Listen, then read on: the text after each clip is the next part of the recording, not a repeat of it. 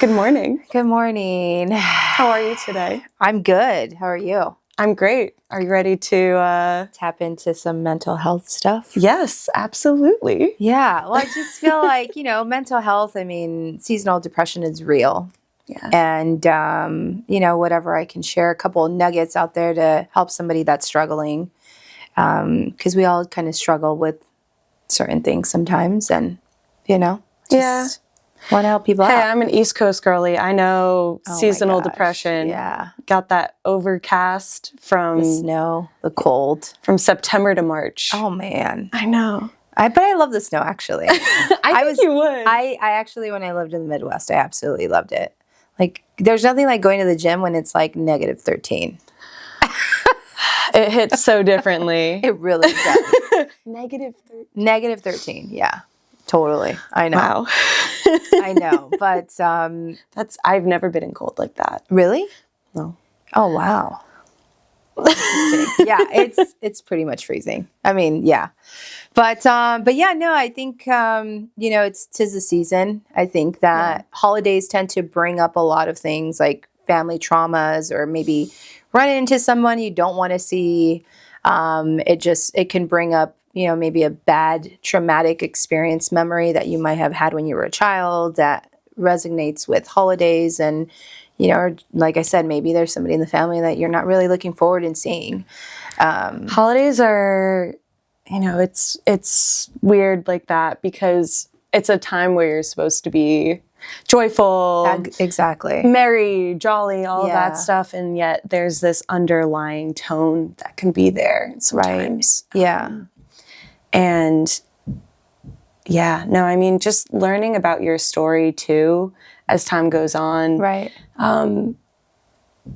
Yeah, there's family dynamics that will always be there. Totally. For me, it's having the stress of where am I going to split my time because I always have to stop at multiple places, or am I hosting this year? Last year we hosted and that was great, but then you have the stress of like hosting, like you don't want the turkey to be dry and things of that nature. But also, it just comes, I did not like the holidays growing up because I think I think it just resonated with like, my dad now being around and just like being in the constant chaos or, it's just a reminder because of what you said. It should be joyful. It should be all these wonderful things, yet, sometimes it's not. So, I want to remind people that they're not alone, Yeah.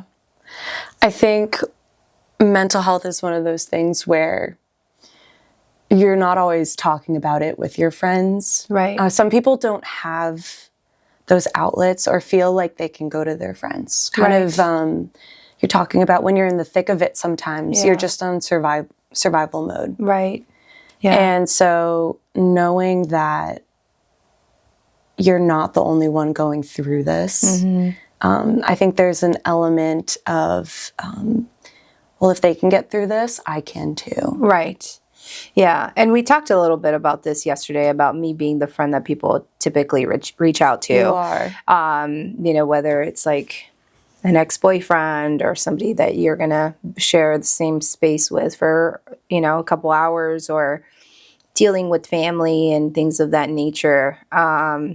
It's a very, I feel very blessed to have that people's trust, knowing that they can call me and they can reach out and I'm always going to give them the best advice in their own best interest. But at the same time, it's all very overwhelming for me too, because I care a lot about people. I've been a lot better at like separating it and not being so worried about things when it comes, when people are giving me a call about whatever they want to share. But, I did do a significant amount of work on myself also. I did probably at least a minimum of 7 years of therapy. You may know a thing or two about a thing or two now. Yeah, exactly. And not to mention, it was not monthly. It was weekly. Like she was very adamant with me about showing up. And at the time, I think I was like in my late 20s. And I had no idea what boundaries were. Yeah.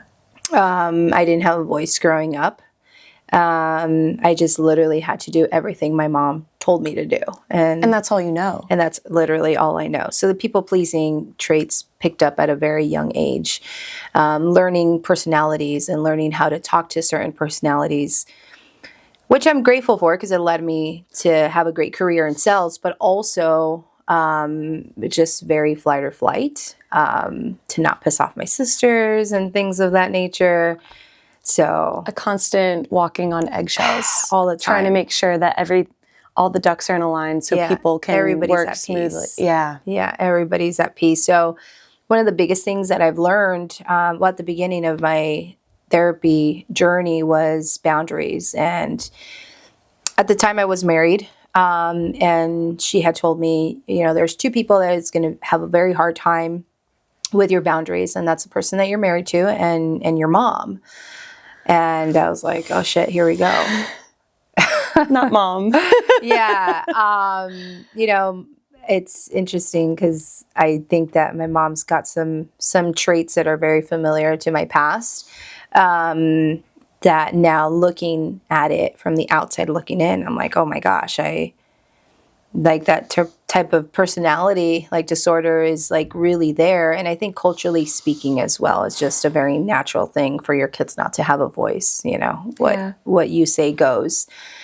And during that time, I had learned about boundaries. I learned that I had a lot of fear of abandonment, so much fear of abandonment. And that came from, my parents splitting up. Yeah, not having my dad around. Yeah. I mean, he was my world. He was my rock. He was my everything. Like wherever you saw him, I was there with him. Yeah. And so to not have that, to constantly be in fear that somebody is just going to walk out was like the most terrifying thing. Yeah. So I learned fear of abandonment. I didn't know I had depression. I didn't know I was anxious. There's these like certain like little tics that I do sometimes. Like what? Like I love, like when I'm really when I'm really anxious, I'll twirl my hair. And sometimes I would do it asleep. And shout out to my cousin, SD, because bless her heart, I'd spend the night at her house all the time.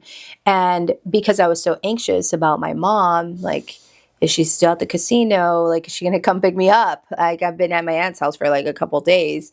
And my poor cousin would wake up with literally knots in her hair because I would do it when I was asleep and I had no idea. But subconsciously, like my mind would just not rest, just constant chaos all the time. So that's another thing that I learned about myself. And then I had to go get my hair cut and like one side was shorter than the other. So I've gradually stepped away from that little tick. But you'll catch me still sometimes doing it when I'm really anxious. My boyfriend's like, what are you doing? I'm like, I'm sorry. I just like, it's just a thing that I do. Yeah. It's how I cope with anxiety. Yeah.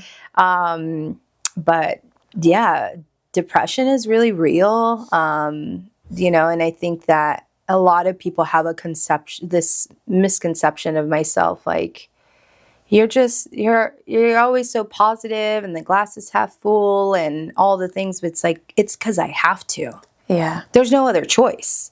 I completely understand. Yeah. And I'm just like everybody else. Like there's days where I don't get out of bed till like 10 a.m. because I'm just so in my head, and especially during this time of the year. Yeah. It's so real. It's so real. I think, like you were mentioning, a lot of people think that just because you are that rock of a person, that things don't affect you the same way. And that's not always, that's not the case. No, I'm just as human as everybody else is. I feel like being optimistic is also, it's reminding yourself. Mm-hmm.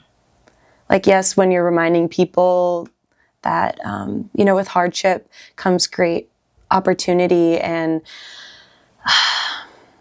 a great opportunity to see what is meaningful to you. Right. But it's also really hard. Right. Yeah. Like to get through the sticks. And I think part of the circumstances too is that I've also trained my mind at a really young age, like it's going to be okay.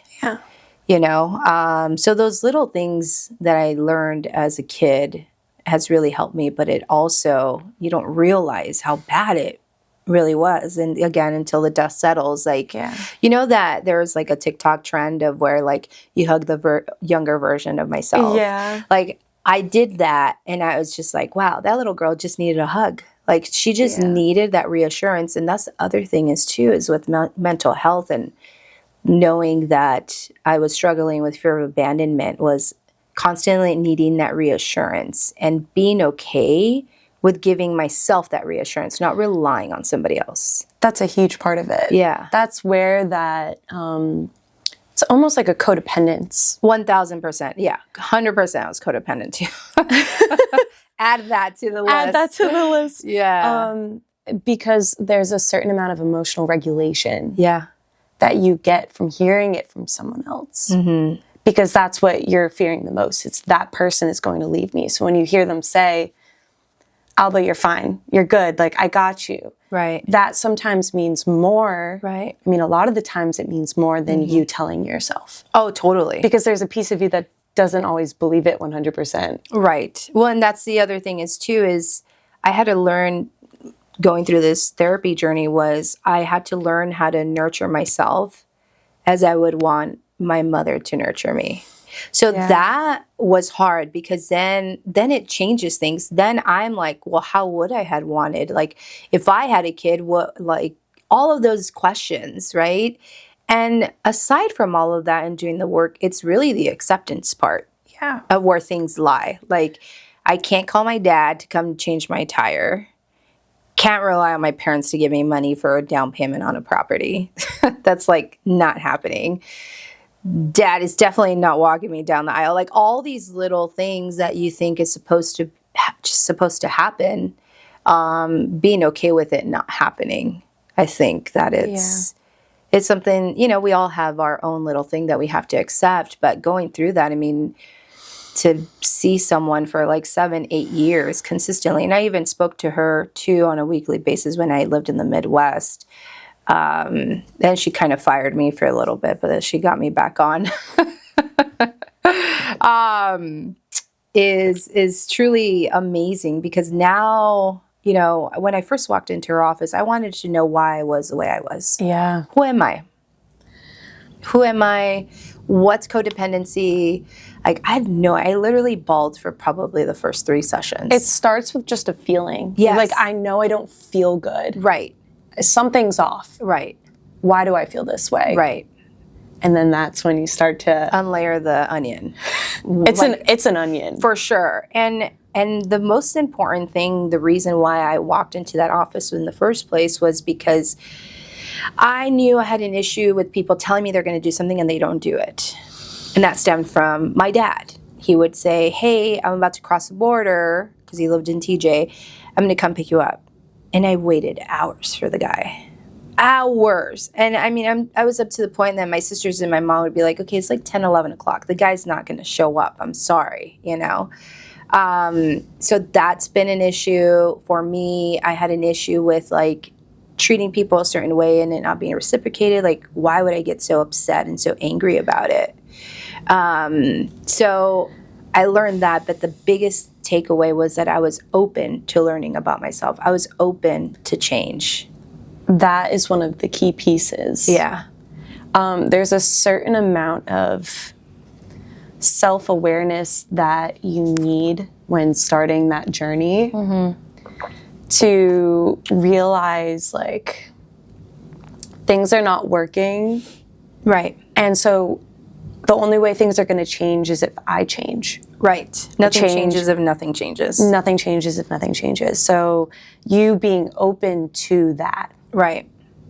Just being open to the idea of change. Right. And putting in the work and practicing the things that you're learning about yourself is, that's where the therapy happens. Right. And one of the things that she said to me was, you give everything a year. Your marriage is falling apart, work at it for a year. You want to change something, give it a year. Because a year will really give you the deciding factor of where things are going.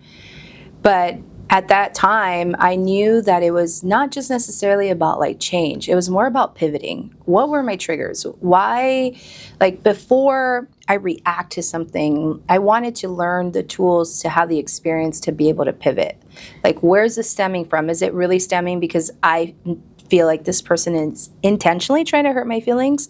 Or is this something that was residual from a previous past trauma?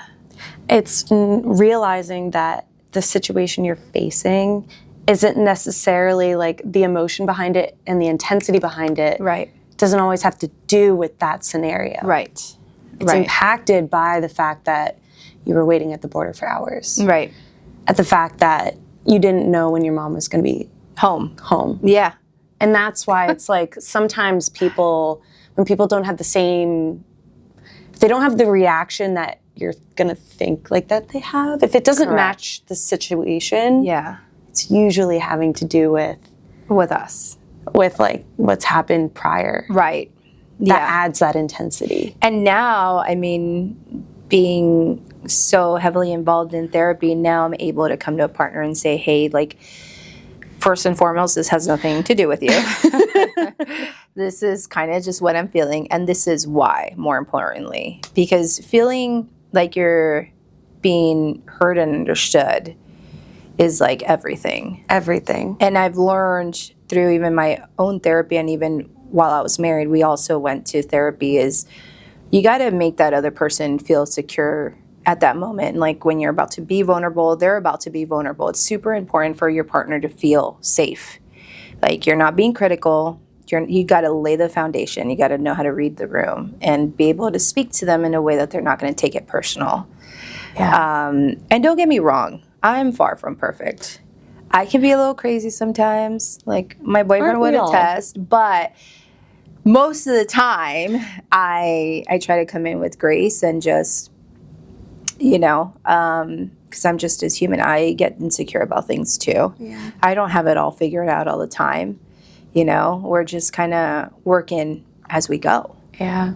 I worked on something similar with my dad. I really, like, growing up, I didn't really know how to communicate well with my dad. And so being an adult, I went to him and I was like, hey, I know like therapy isn't really your thing, but I would love to just get some tools on how I communicate with you so that you feel good coming out of a conversation and I do. And so that whole going into a vulnerable conversation, kind of setting the lay of the land helps so much. And my dad, like, we were sitting down with the therapist and he was like, Emily, honestly, sometimes if you just say like, hey, I'm starting off this conversation by saying I love you. Right. And I'm bringing this to your attention because I love you and I appreciate and cherish our relationship. Like starting off with that. Right. And then giving feedback as to like, when you do this, it makes me feel this way. Right. Just starting it off that way can... Coming from a place of love.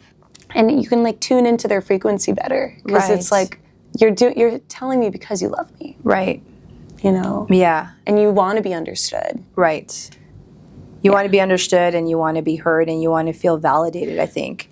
That's the biggest thing on both sides too, right? Because, when you, for example, for myself, I'm very good at articulating things. And sorry, guys, most men aren't, especially when it comes to feelings. But now I'm really good at dissecting. Now I can be like, if my boyfriend has an issue or feels a certain way, I have to reel him in. Okay, where is this stemming from? What did I do or say to cause you to feel this way? Yeah.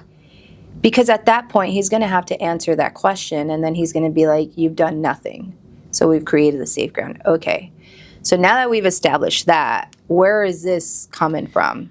Oh, it's coming from X, Y, and Z. Okay, well, now we can address that. Now I can be supportive, and now I don't have to be like in fight mode myself against you. Exactly. Now it's different. It's understanding that when your partner is coming to you, it's not coming from a place of malice. Right. It's coming from a place of like, okay, something happened and it's making you feel this way. Right. You're completely valid to feel however you're feeling. Right. It's that It's when you place intent on someone, like you meant to do this or you meant this. Right. That's when miscommunication happens, and that's when arguments start, because then you go on defense mode and it's like, well, no, I didn't mean that. Or like you're reading into this. And so I think you talking about how getting to that feeling and asking what were you feeling in this moment? Right. Like, you're not going to tell him, no, you didn't feel that way. No. You can't tell someone that they're not feeling the way that they're feeling. No. And that's the one thing too, is that sometimes when I get these calls from like friends, like, I feel this way and should I have felt this way? And I always say your feelings are valid. There's no one that can take that away. Now, maybe there's a miscommunication for sure, but no one's entitled to say you should not feel that way. Like nobody gets to pick and choose when you're over an argument or when you're ready to talk. Like, you will know. And at that time, if you're ready to talk and that person's not, then you patiently wait until they're ready too. Yeah. Like don't let somebody don't let somebody take away that much power away from you. Yeah. And your feelings and your thoughts. But the biggest thing is, don't also give that person the power to give you the validation. You get the validation yourself. Yeah. You double down on your feelings, and if that's how you feel, that's how you feel. Yeah. Yeah. I completely agree. I think that's something that I feel like as you get older, hopefully down the line you learn. Because a lot of the time you think that if you're feeling, I remember even when like I was younger, just because I was feeling a certain way didn't mean that that person meant to make me feel that way. Right. You know, because we all have our own lenses of how we read things. Mm-hmm. Like, it's like if we are sitting in a room and someone leaves, maybe in your head, because you have fear of abandonment, and you're saying like, are they going to come back? Right. Are they going to come back? But that's not even clocking on my radar. Exactly. So it's like, crazy. Yeah. I'm like, are they ever going to, I would think that's exactly what, even if it was a stranger and they're like, if I'm at a restaurant and somebody on the table, like different party, gets up and walks away, that's the first thing I think. I'm like, did they get into an argument? Like, did something happen? See, like that's crazy. And you would be like, whatever. Like, oh, you just went to the bathroom or what, or not even think about it at all. Yeah. And that's why it's so important to have these conversations. Right. Like, when you did this, it made me feel this way. Right. Because of X, Y, and Z. X, Y, and Z. Well, and that's the other thing too, like speaking about power, like most of my girlfriends are all off the market, but when they weren't, and even for myself, you know, I'd always encourage to go out on the date. Just go. It's not about the other person. Just do it. And it's not even about the free meal. It's really just like, get to know yourself. You might think you have it all figured out in the type of partner that you want, but that person might ignite something in reminding you, like, this is what I'm looking for, or it might be the opposite, and that's okay. Like, to put that pressure on a complete stranger for your validation, like, girl, just take the date. You are the queen. Like, if it crashes and burns, then you have a great story to tell your girlfriends. There you go. Yeah, like you don't need that other person's, you know, validation, and most importantly, you're getting to know yourself more. I mean, relationships are like mirrors. Right. Yeah. Totally. The things that bug you about someone usually are the things that bug you about yourself. Exactly. And so going out on these dates and meeting these people and seeing what you like. Right. And what makes you feel safe and what excites you, like, that's... Just go on the date. Just go on the date. Do it for you. Here's the thing, like, you know, most men are hunters. If they want something, they're going to chase after it. And one thing that I learned is, if you have to, and with all due respect, it's either a fuck yes or a fuck no. Okay? It's either fuck yes, they want to date you, or they're kind of just testing the waters, right? Yeah. And that's the opposite end. But, you know, with all this online dating stuff, it's just so hard. And I even experienced it myself. You know, you have some very wishy-washy people. And given my previous experience, like, when there's a predator out there and you put yourself in a vulnerable position, you know, from what I've understood, guys like to shake the tree. And usually what that means is they're just swiping all day. this whole online dating thing, and I had my little fair share of experiencing it. And as far as I know, my previous experience, he had shared with me that the guys typically do what's called shaking the tree. And what that is like literally just not even reading the profile, not looking at your pictures. They're literally just swiping and seeing what hits the ground, which is so sad because I remember I would imagine like if somebody swiped, then you would think like they were genuinely interested, right? But that could not be the case. And they know that most women want something serious. So even if it just says, now I'm not calling all guys out there liars, but I will say a vast majority of these people are just putting what you want to see on a profile so that then they can, take you out and see where the night takes the night. Which is, if that's your thing, you shake the tree too, and see what falls and see who takes you ways. It to be like a both nice ways. steakhouse. Absolutely. Yeah. Oh my gosh. Yeah. So it's just interesting because, we don't know who this person is behind the screen. That's for starters. When you have this past baggage, that can be scary going into that. Totally. You have that, and then that paranoia. Right. Versus, meeting I call it out in the wild. I think most people do. When you're meeting somebody out in the wild, like you can get a feeling. You can feel like this person's shady or, it's got a good vibe, kind of, your intuition. Exactly. Your intuition is on full effect versus somebody through the screen. And now you're having this emotional connection with this individual that you don't even know who they are. Yeah. Probably haven't even gone out with them. There are some people out there that will have emotional relationships with people for years. And for what? Like, it's not even real. It's real, like in the sense of like your feelings, but your day to day is not with that person. Yeah. No, I feel like connection is such, in today's age, with all the technology that we have, the definition of connection has changed. But true, deep connection. Right. Where I think you need to be in front of the person a little bit. Right. I think that you can have like friendships and stuff. Totally. But there's a certain amount of communication. Unless maybe it's through Zoom. I don't know. Right. There's a certain amount of language that comes from your body language. Right. Yeah. Well, the other thing is too is like you're meeting this person. You got to follow your intuition. That's why I say go on the date because you don't know what you don't know. Yeah. And not to mention like I was in that space too, and I thought. I think that I'm a decent human being. There's a lot of decent human beings out there. Yeah. But there's definitely a lot more predators out there, and then you got to watch out for it, I did most of my research when I would go and meet somebody. Like, I would Google them. I would look them up on the... You're doing the background checks. Yeah, I'm that friend. I definitely would do my research in are we dating the same guy?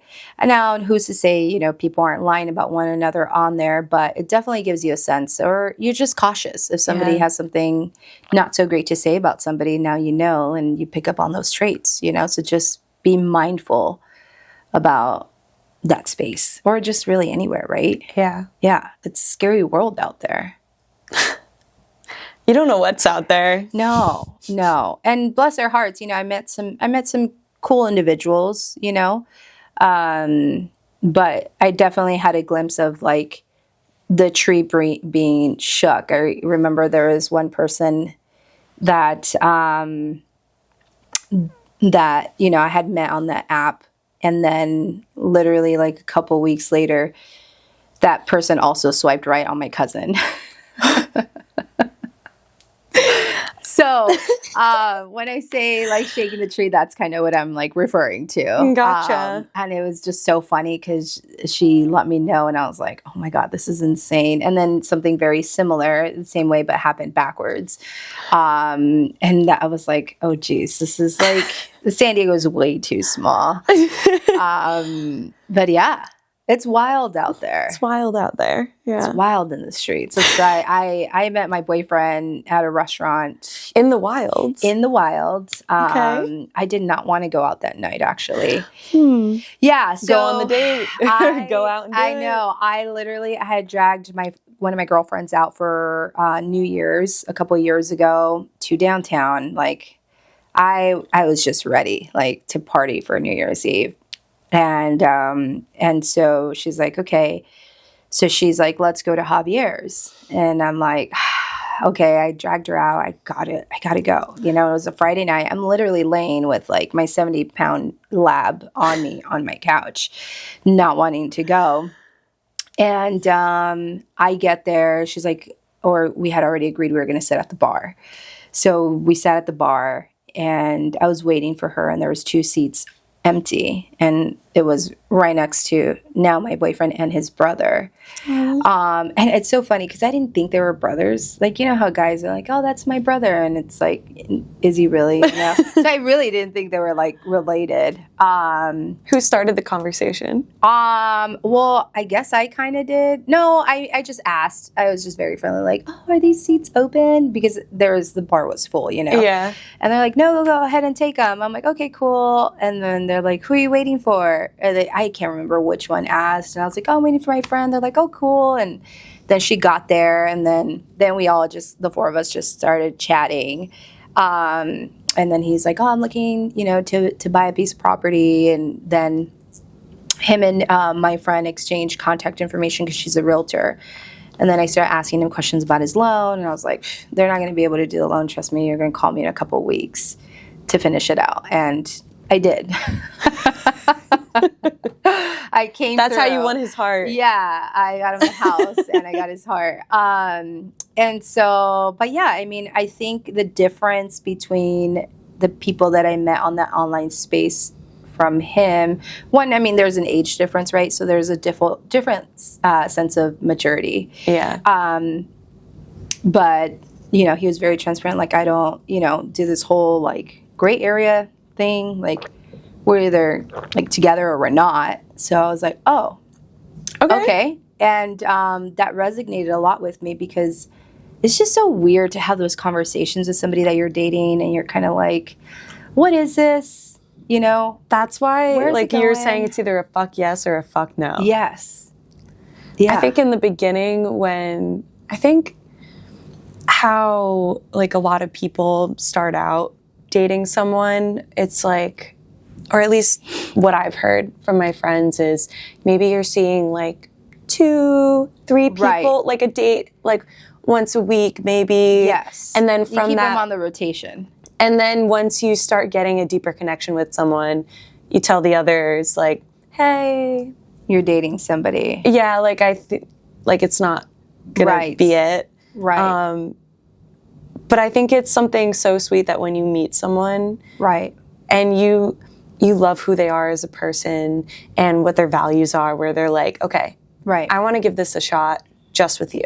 Right. No, totally. And him being like... Well, and him being down, I think that's half the battle, right? Because there's more times than not where women are having to have this conversation. And I had heard, you know, through another podcast. Do you remember, what was her name? $1 Million Matchmaker. Do you remember that woman? She's like a... Oh, like a matchmaker. Yeah. I had heard her say, this was a long time ago, that, you know, if you got to question it, then it's not it. Like, if you got to have that conversation with a man, and I'm talking a grown man, not a man-child, not somebody who's Peter Pan and, you know, the certain age and still acting a fool out in the streets. I'm talking like a regular man. If he wanted to, he would, you know? And I think that's something that a lot of people run into when they're in that online space. Yeah. Like, what are we? It's like, what is that called? Situationship? Yeah. Oh, my gosh. And then it's like, then you start to wonder, it's like, is it a commitment thing on their end, or is it a lack of, like, some people are so eager for connection. Right. That even if it's not like wholehearted and with good intentions, they're still like grabbing for it. Correct. And that's one of the things. If they're, like, oh, I've been burned in a long time ago and all the things. I mean, then what I would ask myself is like, do I really want to deal with somebody that still has this emotional baggage that they're not healed? Like, they're not healed. They should not be in this realm, but they are. Do I even want to associate or put that kind of time and energy? You're making more room for the right person by saying no to someone who's not giving you them whole. Exactly. Their whole selves. Yeah. Exactly. Like, there's just so much that I've heard from people that I just think like it's probably time to call the time, but it's time to, to cut the losses. But I'm that friend that I'm like, hey, you know what? As long as you know where you stand and you're okay with that, I'm going to cheer you on. But if you're like, this isn't for me, screw him, then yes, screw him and move on. Trust me. One man's trash is another man's come up, and when one doesn't call, there's at least three that will. Might not be the one that you want to call or that you want to really date. But there are three. But there's options. And that's the thing when you're single, like, not giving somebody that much power over your mental health, your self-worth. Like, you just got to get up and go after it. That's why having a secure sense of self is so important. Right. When you're going into these relationships. Right. It's not, in all of the love songs, it's like, oh, you're my other half. You complete me. Yeah. We complete ourselves. We complete ourselves. Yes. The person we bring into our lives, we create something new that is outside of us. Exactly. And that's the relationship. Right. It's like blue and yellow. What we have is green. Exactly. And it only stays green by me being fully yellow and the other person being fully blue. Exactly. Well, and even too, aside from like the single people, it's like the married couples. I've been married before, and I can proudly say I did everything I could, to maintain that. And I would agree for him as well, even though there was things that I didn't agree with towards the end.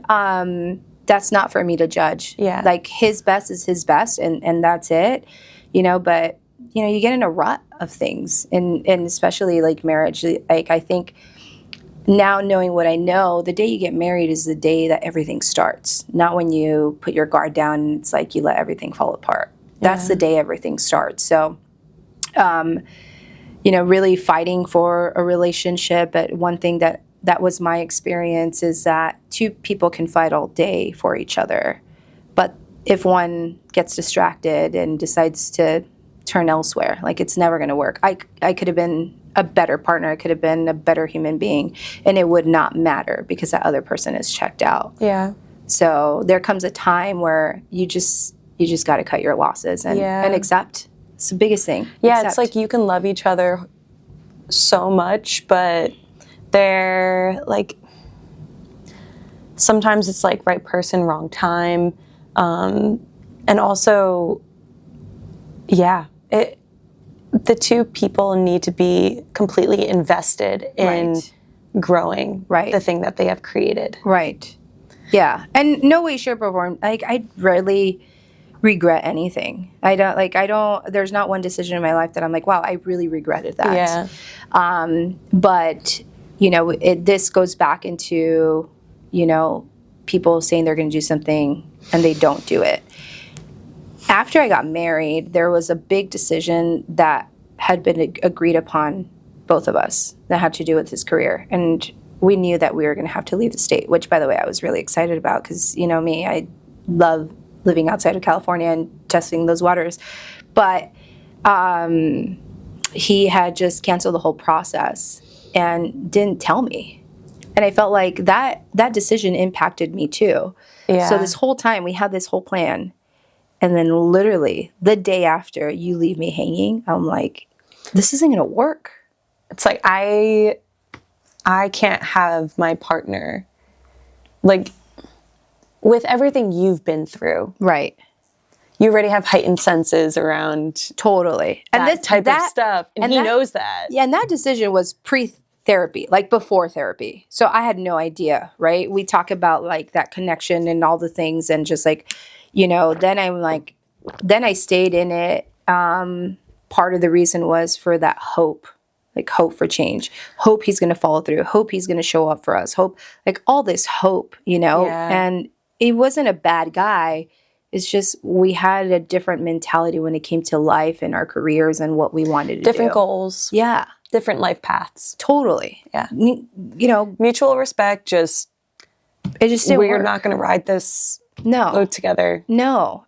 And I don't regret it at all, but that moment when he had told me what his decision was, I was like, I don't know where we're going to go from here. Like, this is day one, actually day zero. Like literally the next day I was like, how's this going to pan out? So, we rode through the waves and had some great times, had some low times, all the things. And then started therapy together. So was your first experience with therapy Solo first.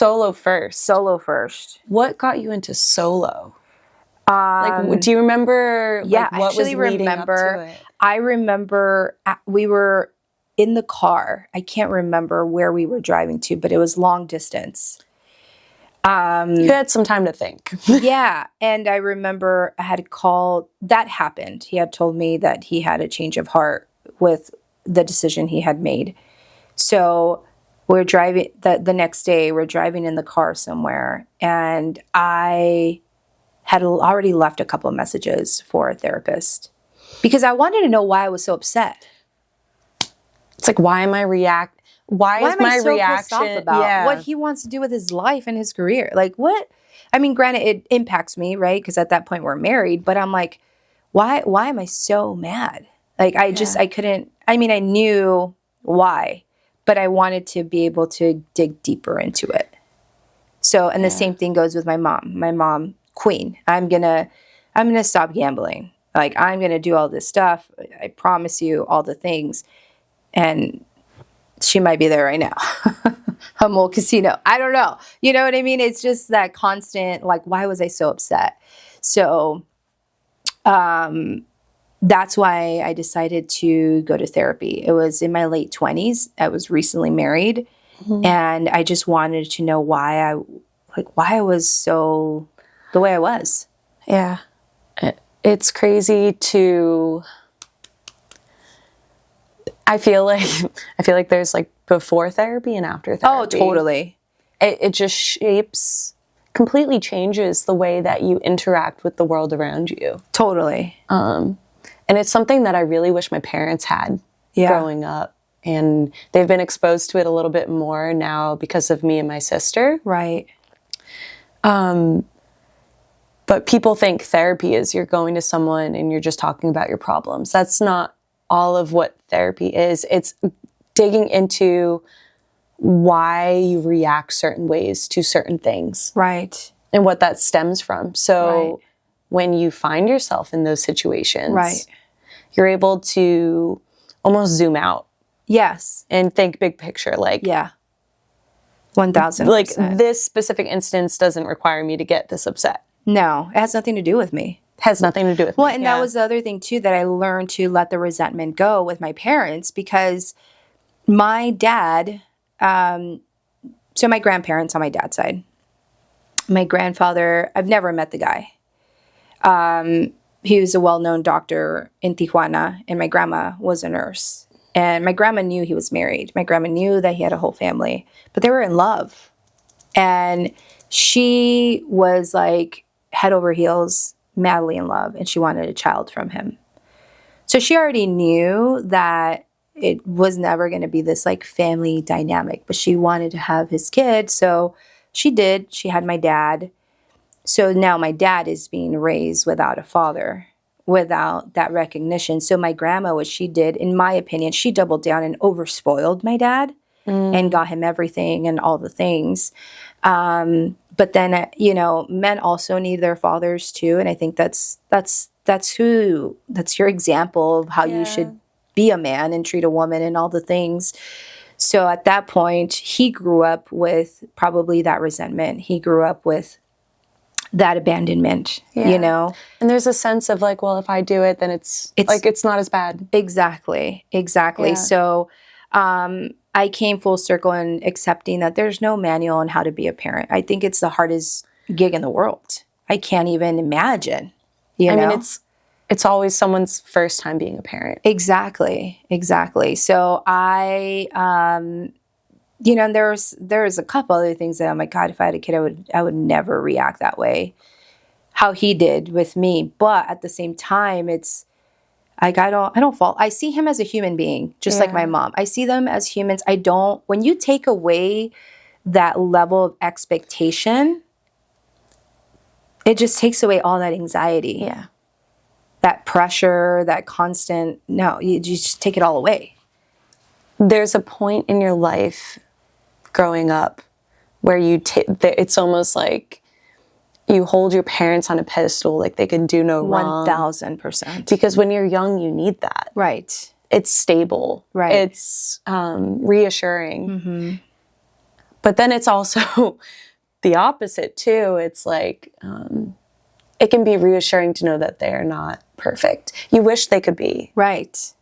Because there's always this feeling of like, yeah, like they were my role models, or they are my role models. Right. Or even, for people to say like, my mom's my best friend. Yeah. Oh, that kills me, because I would never know what that's like. Yeah. And even up to this point where I'm like really helping out my mom till this day, I've always helped out my mom financially.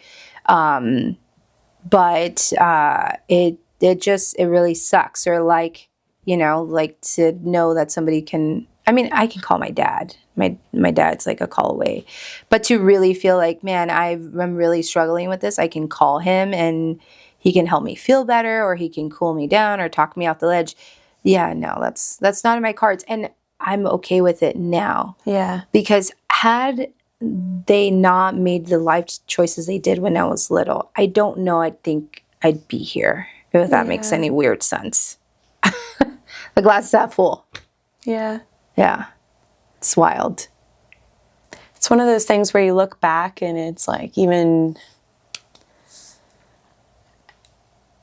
I think everyone has been dealt very difficult cards at points in their life. And it's realizing that, like, I myself wouldn't go back and change anything because of what I know now. Right. And how I can handle what is given to me now. How strong you are. Yeah. And so to know that you made that choice to get the tools that you needed to be there for yourself. Right. That's like, now you can bring yourself that peace and be that reliable person in your life. Right. To a degree, and also your partner. And because you're secure, you can be with a partner. Yeah. That is like meant for you. Totally. And who can help you feel secure too. Yeah. I've never felt the way I do now, in a sense of like, not even when I was married, to the point that somebody genuinely has my back. Yeah. I remember one time I was meeting my boyfriend for dinner in Fashion Valley. We had driven separate cars, and there was these old ladies trying to get into the car, and they were taking their long, sweet time. And I have all the patience in the world, so I'm okay. I'm like, whatever, man, there's nothing. And it's like near Cheesecake Factory, so it's always congested there, right? Yeah, a lot going on. So there was this guy, he literally got off of his car and came to yell at me at my window and was like, you don't see what the fuck you're doing? You're holding all of us up. I'm like, well, I'm sorry. Like, I'm waiting for this parking spot. I was calm. Yeah. And I was like, I'm waiting for this parking spot. As you can see, they're a little older. They're taking their time. And he's like, well, you need to fucking move. Yeah, let me tell you something. You can take the girl out of the hood, but you can't take the hood out of the girl. This is when I fucking lost my shit. I was like, okay, fuck around and find out. So I was like, well, you're just going to have to, then I doubled down. I was like, well, you're just going to have to wait, because I knew he was pissed off. It's very easy for me to hold on to that and just double down on your feelings, right? So I'm like, okay, well, you're just going to have to wait. Like, I can't move, dude. I can't go anywhere. So I call my boyfriend. I'm like, where are you? He's like, I'm inside waiting for you. And he's like, what's wrong? You sound upset. So I lose my shit. I'm like, this mother, blah, blah, blah, blah. He walks out of the restaurant. I'm like, oh, shit. It's happening. Mind you, I've never experienced this in my life. Like, I've never had somebody have my back like this. So I see the guy's he's going into True Foods. I'm like, I said, I'm like, couldn't you have just waited? Like, was it that fucking hard?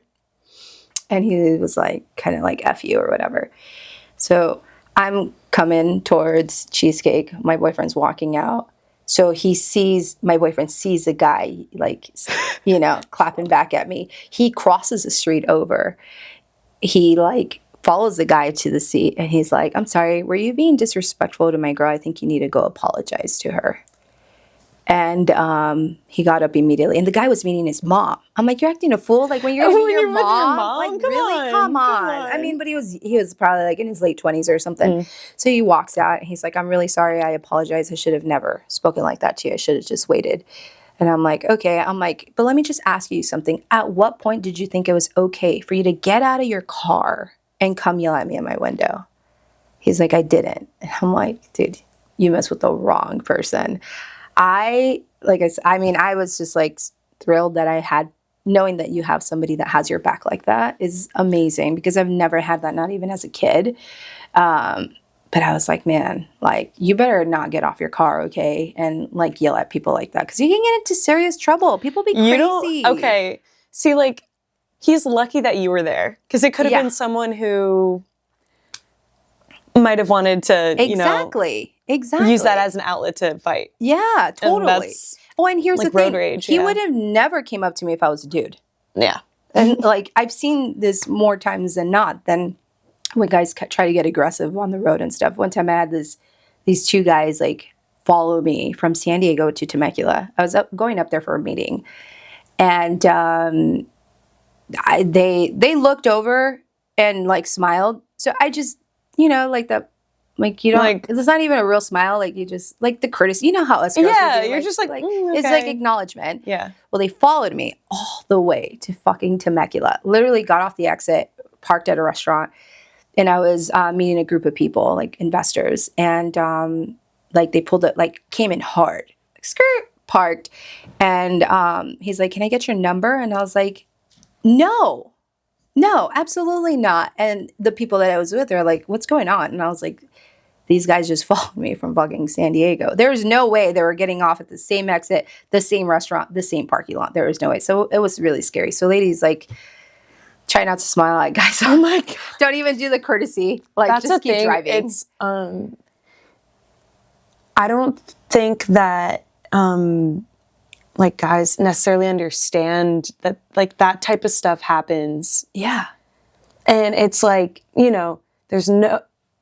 not really instigating anything, like, you're just acknowledging another human being. I was nowhere near like flirting. Well, this is my second time now. I know, you're on the hot spot. Thank you. Getting to talk with you. Yes. And I just love what you're doing here. Thank you. I think that in a time where people are starting to realize that mental health is something that they can't just push aside. Right.